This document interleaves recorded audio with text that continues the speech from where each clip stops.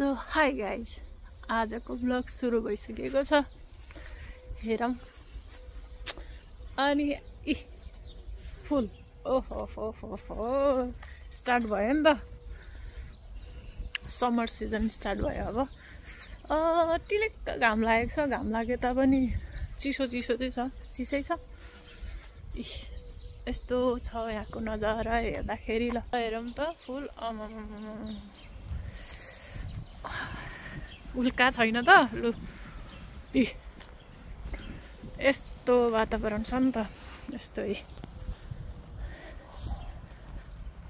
उल्काई अस्ति यो भरि हिउँ थिएन त, सेतो हिउँ देखाएको थियो त बेला मैले यहाँ। अहिले यस्तो छ ल। अब यो सब यो रुख खङ्ग्राङ्ग भएर बुढो भएको जस्तो रुखमा अब फेरि फुल सरक्क फुलपातहरू आउँछ। ल हेर्नु न, ओहो यस्तो छ। अब यो चाहिँ म घरबाट निस्किँदैछु ठ्याक्क होइन, टिलिक्क घाम लागेको छ। घाम लागिरहेको अवस्था यस्तो छ यहाँको नजारा चाहिँ। अब यो स्ट्रिटहरू त यति रमाइलो देखिन्छ नि। पछि यो अब फुल पुरै फुलिसकेपछि यस्तो यहाँ सारा हेर्दा यसमा पनि फुल्न थालेछ यो ठुलो रुखमा। अनि ल हेरौँ त चट्ट। ल ट्याक्क अहिले बेलुकाको कति बज्यो कस्तो नदेखेको हौ। घडी पनि कता छ हौ, ट्याक्कै 4 बजेछ। ल 4 बजेछ होइन। 5 बजी त काममा पुग्नुपर्ने हुन्छ। कामको लागि निस्केको म सरक्क लगाएर होइन। म चाहिँ यसरी हिँडिरहेको छु। हिँड्ने हो। अब देखाउँछु होइन। रमाइलो त यहाँ छ क्या सरक। ओ दामी। ल टिलिक्क घाम, रुखमा फुल। अब यो खङ्ग्रङ्ग परेको रुखहरूमा झन् फुल फुलिसके पछाडि त कस्तो हुन्छ होला त यहाँको वातावरण होइन।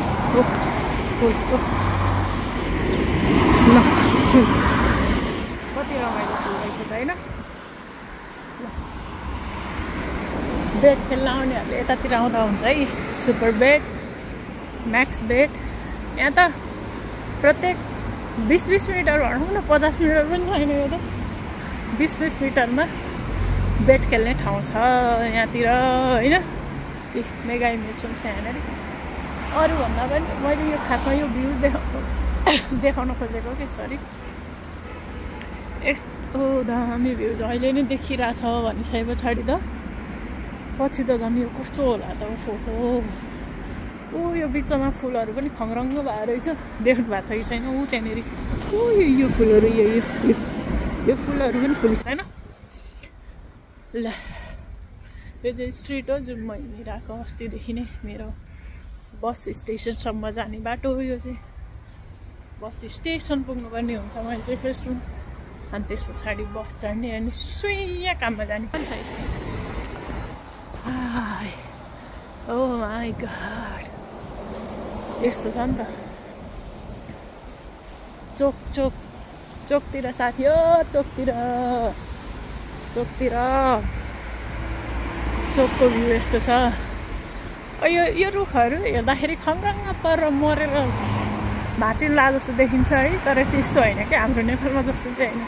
हाम्रो नेपालमा चाहिँ यस्तो रुख देख्नु भने मरेर भाँचिनै लाग्यो कि जस्तो हुन्छ होइन।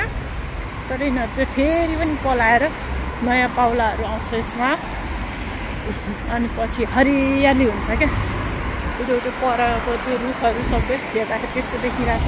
त्यसमा पाउला आउने बेला हुँदैछ, बिस्तारै पलाउँछ आउँछ। ल यहाँ छ नि त ओहो बास्ना पनि आउँछ। बास्ना पनि आउँछ फुलको। त्यस्तै छ आजको काममा जाने बेला भएको मेरो चाहिँ। दिनको सुरुवात त नभनौँ, दिनको सुरुवात त अघि नै भइसकेको। म अब 11-12 बजीतिर उठेको, 12 बजीतिर उठेको थिएँ होला। अहिले 4 बजिसक्यो उठेर खानासाना बनाएर घरको अलिअलि कामदाम गरेर हिँडेको। ल चोक चाहिँ यहाँ सरर टिलिक्क घाम उताबाट लागेको छ। सरक्क यही हो, त्यहाँ बत्ती बलेसी गइन्छ क्रस गर्नलाई चाहिँ। खासै नयाँ ल पालो आयो बत्ती बल। खासै नयाँ नौलो त केही छैन। यसरी चाहिँ भ्लगिङ गर्नुपर्ने हो क्या। बाइक हेर न, बाइक सुजुकी रहेछ। अनि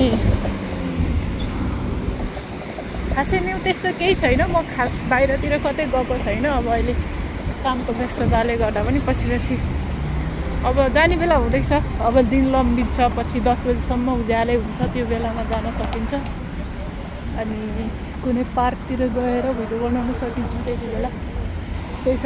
ल मेरो चाहिँ ल हुरुरुरु कुदेर मेरो बस आयो, म कुद्नुपर्ने हुन्छ। ल अब चाहिँ है त यस्तो हो नि त, बसमा कुद्नुपर्छ। ल बस आयो। ल मेरो भ्लग चाहिँ यहीँ टुङ्गिन्छ अहिलेको लागि। By by.